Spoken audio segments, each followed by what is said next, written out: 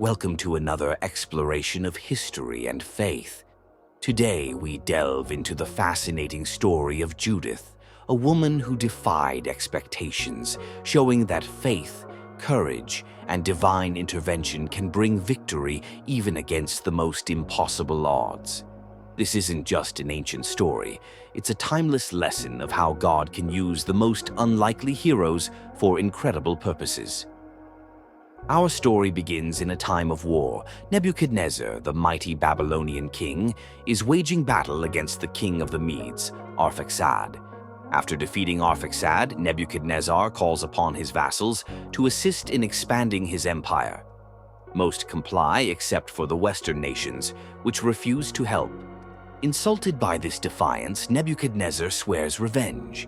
He sends his most trusted general, Holofernes, to crush the resistance in the western regions, including the people of Israel. The Israelites, recently returned from exile, are terrified. Their land is fragile, their people weak, and the newly consecrated temple is at risk. Yet they have one weapon: prayer and repentance. Led by their high priest, Joachim, the people of Judea prepare for the worst, turning to God in desperate faith. The Israelites turn to God with all their hearts, believing that if they are faithful, He will deliver them. They prepare for battle, securing the towns of Judea. Meanwhile, Holofernes, in his camp, is intrigued by their unexpected resistance. Achior, an Ammonite leader, speaks of Israel's incredible history, how, when faithful to God, the Israelites have been invincible. But if they have sinned, Holofernes may have a chance.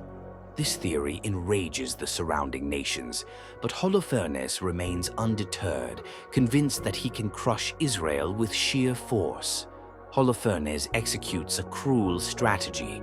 He cuts off the water supply to the town of Bethulia, hoping that thirst and desperation will force the people to surrender. For 34 days, the people hold out, but soon their patience begins to wear thin. They demand that their leaders give up to save their lives.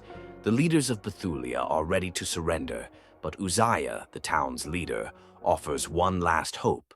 If God has not delivered them by the end of 5 days, they will give up. Enter Judith, a widow living a life of extreme discipline and piety.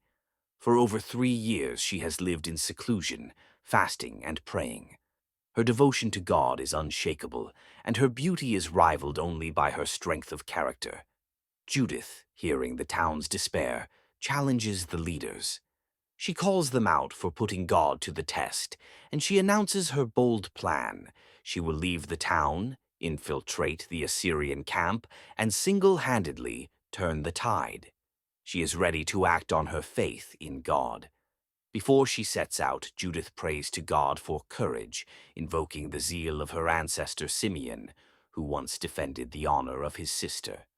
She asks to be his instrument of judgment, trusting that he will guide her every step. Judith, though humble and devout, uses her beauty as a weapon. She dresses in the finest garments, preparing to face the enemy. And as she steps out of her home, she embarks on a journey that will change the fate of her people forever. Judith, with her cunning and charm, convinces the Assyrian patrols that she has abandoned her people. She is brought before Holofernes, where she speaks to him with flattery and subtle manipulation, ensuring that he believes she is a loyal ally. Judith plays on Holofernes' ego, telling him that the Israelites are about to sin by profaning holy offerings. She insinuates that God is about to punish them. Holofernes, believing he is the key to Israel's downfall, grants her access to his camp and even allows her to come and go as she pleases. After several days of meals and meetings, Holofernes' desire for Judith grows. At a lavish banquet, he drinks too much wine and falls into a deep sleep, unaware that his fate is sealed. In the dead of night, Judith takes action.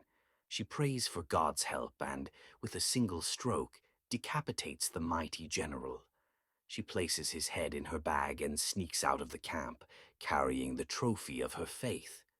Judith returns to her people, and the town erupts in joy. The head of Holofernes is presented as a symbol of God's power and intervention. The Israelites, emboldened by Judith's bravery, storm the Assyrian camp, and the enemy flees in disgrace. Israel is saved, and Judith is honored as a hero.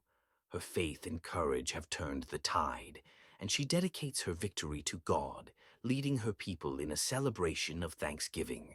Judith's story reminds us that no matter how impossible the odds, faith in God can move mountains. Through one woman's courage, an entire nation was saved. She chose to trust in God's plan, even when others saw only defeat.